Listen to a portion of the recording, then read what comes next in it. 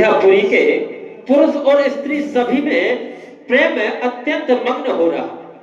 उसी के दिन पल के समान बीत जाते हैं। जितनी सासुएं थी उतने ही बेस रूप बनाकर श्री सीता जी सब सासुओं की आदर पूर्वक एक सी ही सेवा करती।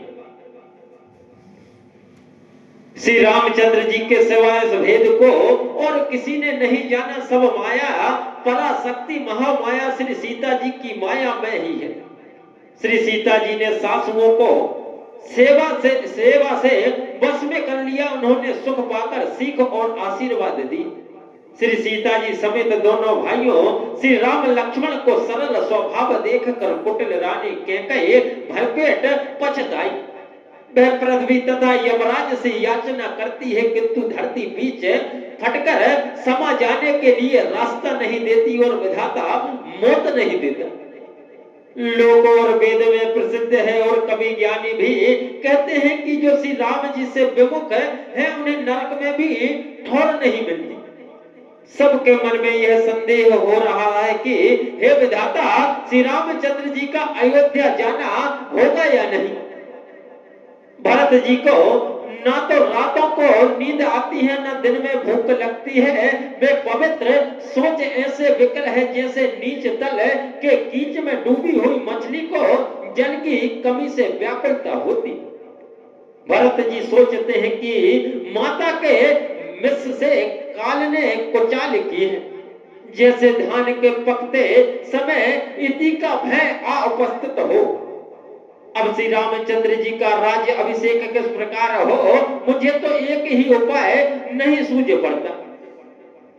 गुरु जी की आज्ञा मानकर तो श्री राम जी अवश्य ही अयोध्या को लौट चलेंगे, परंतु मुनि वशिष्ठ जी तो श्री रामचंद्र जी की रुचि जानकर ही कुछ कहेंगे। अर्थात वे श्री राम जी की रुचि देखे बिना जाने को नहीं कहेंगे। माता कौशल्या के कहने से भी श्री रघुनाथ जी लौट सकते हैं, पर भला श्री राम को जन्म देने वाली माता क्या कभी हट करेगी। मुझे सेवक की तो बात ही कितनी है, उसमें भी समय खराब है, मेरे दिन अच्छे नहीं हैं और विधाता प्रतिकूल है। यदि मैं हट करता हूं तो यह घोर कुकर्म अधर्म होगा, क्योंकि सेवक का धर्म शिव जी के पर्वत कैलाश से भी भारी निभाने में कठिन है।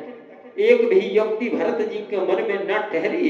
सोचते ही सोचते रात बीत गई। भरत जी प्रातः काल स्नान करके और प्रभु श्री रामचंद्र जी को शरण नवाकर बैठे ही थे कि ऋषि वशिष्ठ जी ने उनको बुलावा भेजा।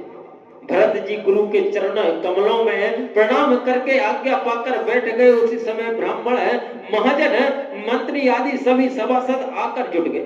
श्रेष्ठ मुनि वशिष्ठ जी समयोचित वचन बोले, हे सभासदों, हे सुजान, भरत सुनो, रघुकुल के सूर्य महाराज श्री रामचंद्र धर्म धुरंधर और स्वतंत्र भगवान है। वे सत्य प्रतिज्ञ है और वेद की मर्यादा के रक्षक है। श्री राम जी का अवतार ही जगत के कल्याण के लिए हुआ है। वे गुरु पिता और माता के वचनों के अनुसार चलने वाले हैं।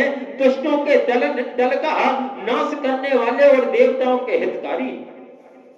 नीति, प्रेम, परमार्थ और स्वार्थ को श्री राम जी के समान यथार्थ तत्व से कोई नहीं जानता। ब्रह्मा, विष्णु, महादेव, चंद्र, सूर्य, दिक्पाल, माया, जीव, सभी कर्म और काल, शेष और पृथ्वी एवं पाताल के अनन्य राजा आदि जहां तक प्रभुता है और योग की सिद्धियां जो वेद और शास्त्रों में गाई गई हैं, हृदय में अच्छी तरह विचार कर देखो तो यह स्पष्ट दिखाई देगा कि श्री राम जी की आज्ञा इन सभी के सिर पर है। अर्थात श्री राम जी ही सबके एकमात्र महान महेश्वर। अतएव श्री राम जी की आज्ञा और रोक रखने में ही हम सबका हित होगा। इस तत्व और रहस्य को समझकर अब तुम सयाने लोग जो सबको सम्मत हो वही मिलकर करो। जय श्री सीता।